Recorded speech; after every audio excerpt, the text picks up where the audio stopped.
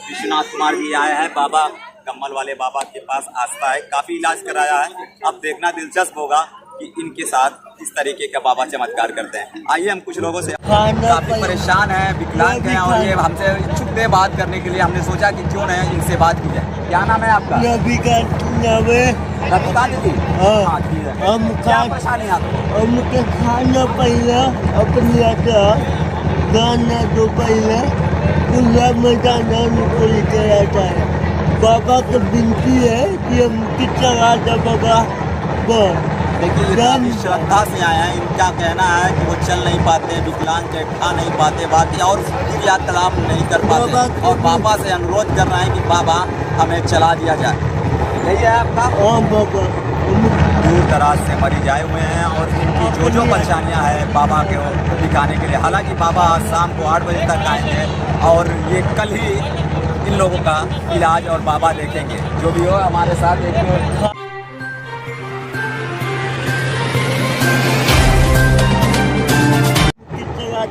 विनती है तुम्हें, हमारा आगे पीछे के भूला। इनके आगे पीछे कोई नहीं है। कोई नहीं है, सारा कोई नहीं है बाबा। हमारे बाल लपटाती है। ठीक है तो हम और इंडिया टॉप स्टोरी। इस वक्त हम भवनाथपुर मठिया पे हैं और यहाँ पे कम्मल वाले बाबा आने वाले हैं। तमाम तरीके की बीमारियों को ठीक करने का दावा होता है, लेकिन सच क्या है वो तो उनके आने के बाद ही पता चलेगा।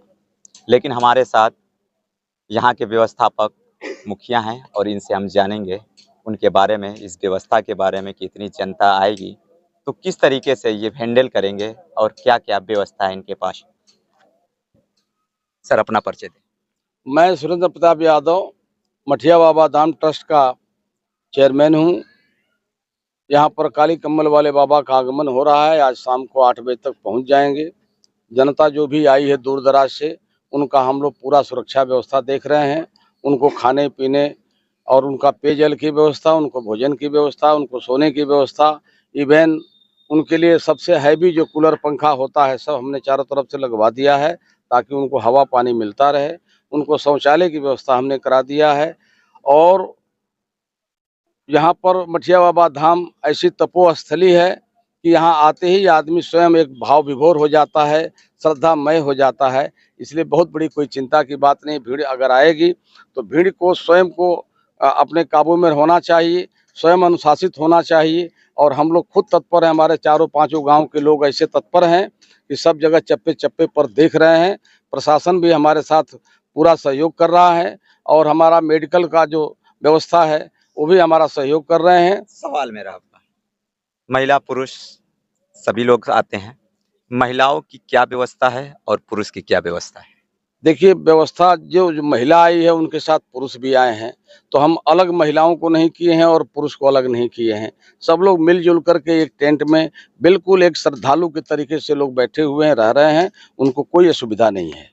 अगर कोई किसी तरीके से दिक्कत हो जाती है, कोई आपत्ति जताता है तो इसके लेकर आपकी क्या व्यवस्था है? नहीं, आपत्ति जताने का हम मौका ही नहीं दे रहे, क्योंकि हम लोग यहाँ पर 24 आवर्स वॉच में हम लगे हुए हैं। हमारा सीसीटीवी कैमरा लगा हुआ है। अभी जल्दी हमने 60,000 का सीसीटीवी कैमरा लगवाया है।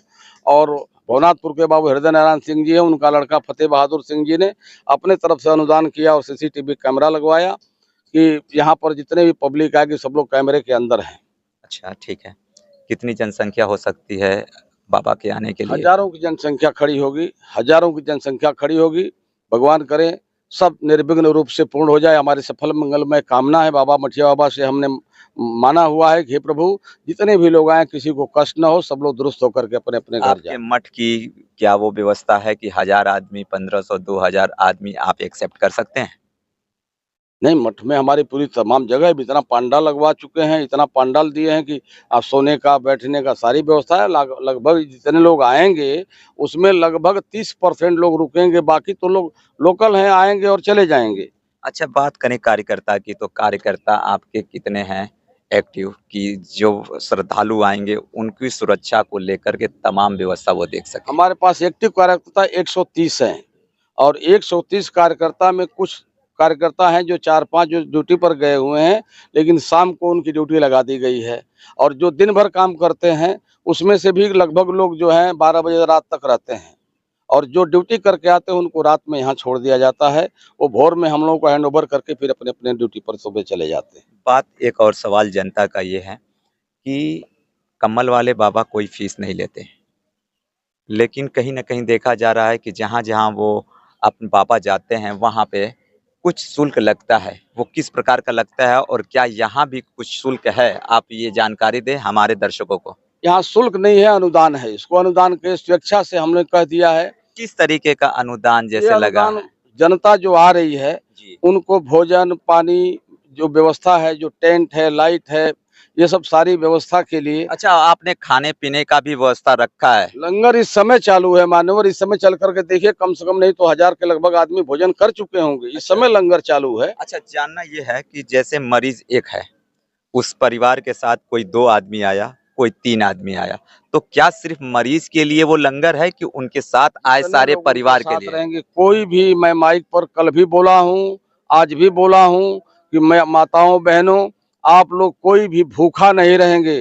कोई भी एक व्यक्ति भूखा नहीं सोएगा, चाहे उनके साथ 5 आवे, 4 आवे, 2 आवे, जितने भी लोग आएंगे हम लोग पूछ करके और इस माइक के माध्यम से पूछते हैं, कोई भाई बहन ऐसा तो नहीं जो भोजन नहीं किया है, ऐसा हम लोग पूछते हैं। अच्छा सर, अब से हम सिर्फ 2 सवाल करेंगे आपसे। जानना ये है कि जो खाने की क्वालिटी होगी, गुणवत्ता होगी, उसकी जांच परख कैसे होती है? देखिए, बाबा की धाम है, यज्ञ हम लोग करवाते हैं, कभी गुणवत्ता के बारे में नहीं, सभी स्वच्छता पर हम लोग ध्यान देते हैं। और स्वच्छ और अमनिया से यहाँ पर देखिए, न लहसुन पड़ता है न प्याज पड़ती है। ऐसा भोजन बन रहा है जिसमें कोई लहसुन और प्याज यूज नहीं होता। इस परिसर के अंदर आज तक हमारे बाप दादा के ज़माने से कभी कोई लहसुन प्याज इस परिसर में नहीं न बनाता है, खाता है। विदाउट लहसुन प्याज की सब्जी बनती है, तेल कम मात्रा में यूज होती है। हम लोग बनाते ही ऐसा है कि कोई गुणवत्ता चेक करने की जरूरत नहीं।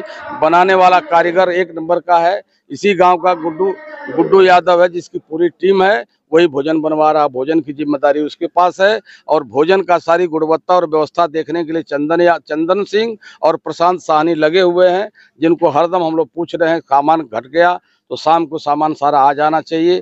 सारा सामान चेक हो जाता है, शुद्ध और हरा भरा सामान हो, सब्जी हरी भरी हो, चावल अच्छा हो, दाल अच्छी हो, ऐसा हम लोग शाम को देख लेते हैं। आखिरी सवाल, जनता जब आती है तो वो जो पीड़ित आते हैं बाबा को दिखने के लिए, कितनी फीस लग रही है यहाँ पे? जनता के लिए कोई फीस नहीं है, ठीक है, निःशुल्क बाबा देखते हैं। ठीक है। और जो पीड़ित आ रहा है, किसके लिए ये फीस रखी गई है? खान पान का जो आपका इतना बड़ा टेंट वेंट लगा है, परिसर में आ जाएंगे जितने लोग, चाहे वो बगल के लोकल भी आ जाएं।